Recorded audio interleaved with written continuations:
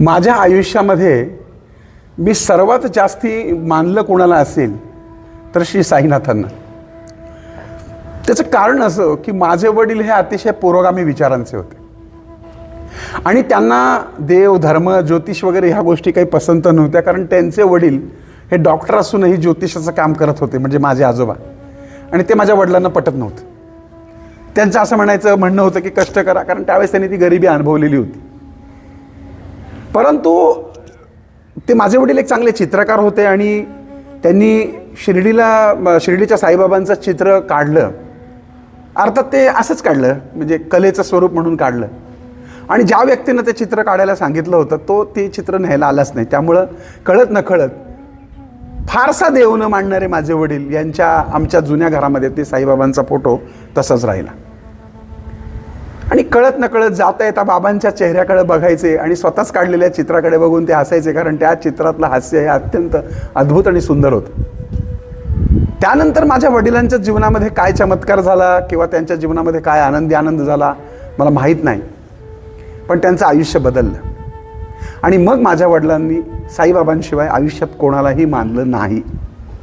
मला ते नेहमी म्हणायचे की जोपर्यंत बाबांचे फोटो किंवा बाबांची भक्ती तू करशील तोपर्यंत तुला कधीही पोटाला कमी पडणार नाही. हे मोठं आश्चर्य होतं की जो माणूस मुळात देवाला संतांना मानणारा नाही, जो चिकित्सक आहे, जो नवीन विचाराचा आधुनिक विचाराचा त्या काळातला, पण तरीसुद्धा त्यांनी त्यांचं महत्त्व मला सांगून ठेवलं, जे मी पुढे साई भक्तीत बरकरार ठेवलेलं आहे. आणि आजही मी भक्ती करतो बाबांची. मी असंख्य अनुभव घेतलेले आहेत साईबाबांचे. त्यातला एक अनुभव सांगतो की मी रक्षकनगर गोल्ड म्हणून एक सोसायटीमध्ये सगळ्यात पहिलं घर घेतलं होतं. आणि ती बिल्डिंग काहीतरी 7-8 मजल्याची असेल आणि त्या बिल्डिंगपासून समोर थोड्याशा अंतरावरती पार्किंग 2 व्हीलरचे लावलेले होते. आणि संध्याकाळची वेळ होती. माझा मुलगा फार लहान होता आणि घरामध्ये दूध नव्हतं, फार झाकोळलेलं होतं, लाईट वगैरे जात होत्या. तेव्हा माझी मिसेस म्हटली की दूध आणलं पाहिजे, घरात बाळ आहे ना लहान आपल्या. आणि म्हणून मी बाहेर पडलो, गाडी काढून म्हटलं दूध घेऊन येऊ. आणि त्या बिल्डिंगच्या आणि त्या पार्किंग लावलेल्यामध्ये जी रिकामी जागा होती, ओपन स्पेस, त्याच्यामध्ये हवा तर खूप सुटलेली होती.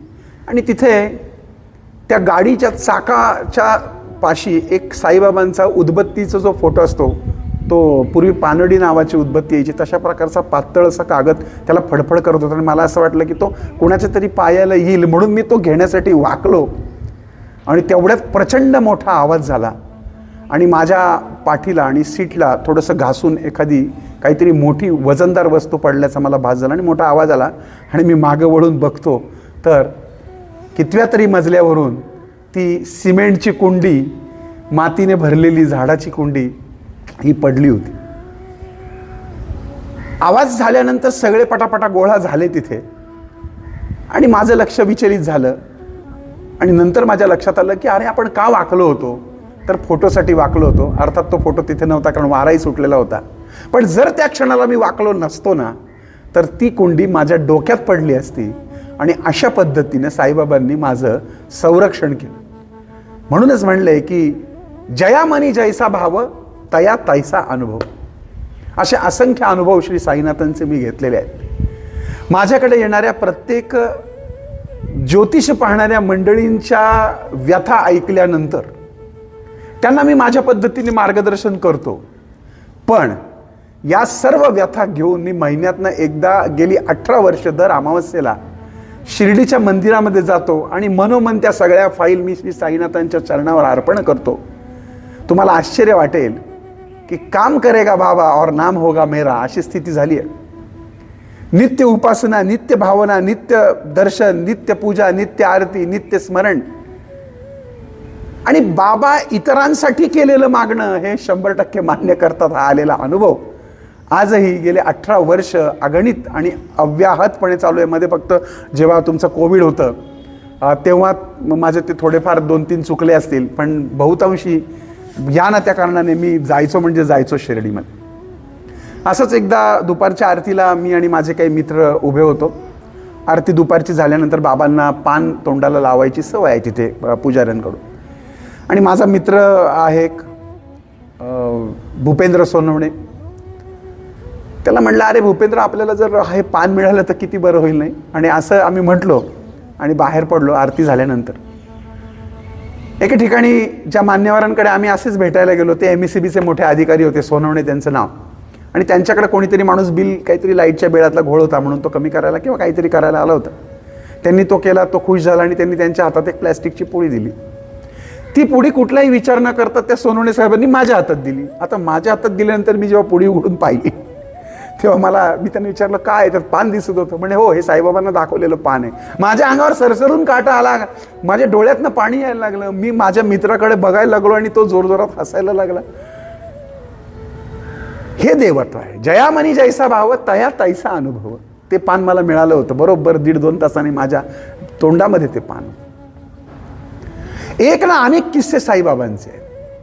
त्यामुळे ज्यांनी अनुभव घेतलाय ते का बरं म्हणतील की साईबाबा हे दैवत नाहीत, ते मुसलमान आहेत आणि ते ख्रिश्चन आहेत आणि ते हिंदू आहेत आणि ते कोण आहेत? मुळामध्ये संतत्वाचा भावच सगळ्या जाती धर्मांच्या परे आहे. संताचं मूळ आणि नदीचं मूळ आणि संताचं कुळ शोधू नये असं म्हणतात आणि आपण मूर्ख माणसं तेच करत आलेलो आहोत. राजकारण्यांनी आजपर्यंत प्रचंड राजकारण प्रत्येक गोष्टीचं केलं आणि त्यात बाबांनाही सोडलं नाही. असंख्य प्रकारचे आरोप बाबांवरती केले, सगळं झालं. बाबा जिवंत असताना सुद्धा बाबांना खूप त्रास द्यायचा लोकांनी प्रयत्न केला, पण बाबांनी आपलं मूळ कार्य सोडलं नाही.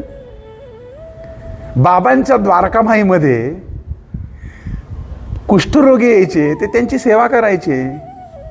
बाबांच्या द्वारकामाईमध्ये देवदासी आलेल्या आहेत, त्यांनी त्यांची लग्न लावून दिलेली आहेत. बाबांच्या द्वारकामाईमध्ये क्रांतिकारक आले, त्यांना त्यांनी पनाह दिलेली आहे.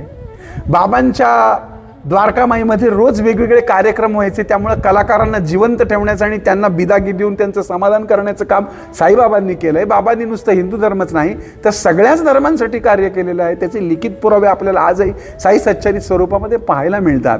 आणि असं असताना बाबांविषयी शंका घेणं म्हणजे मूर्खपणाचं आहे. माझ्या सगळ्या साई भक्तांना माझी विनंती आहे, तुम्ही जर खरे साई भक्त आहात तर हा व्हिडिओ प्रसारित करा. आता परत तुम्ही म्हणाल की त्यात माझी प्रसिद्धी होईल. मरू द्या माझी प्रसिद्धी, माझा ऑडिओ काढून प्रसिद्ध करा, पण बाबांच्या ह्या गोष्टी सर्वांपर्यंत पोहोचू द्या. माझ्या माहीत नसलेले साईबाबा हे यूट्यूबवरती प्लेलिस्टमध्ये जाऊन 40-41 भाग आहेत, ते जरूर पहा आणि तुम्ही देखील साई भक्ती करा. तुम्हाला त्याचा खूप चांगला अनुभव येईल. पुन्हा भेटूयात पुढच्या भागात. तोपर्यंत तुमच्या आनंद पिंपळकरचा तुम्हाला जय साईराम.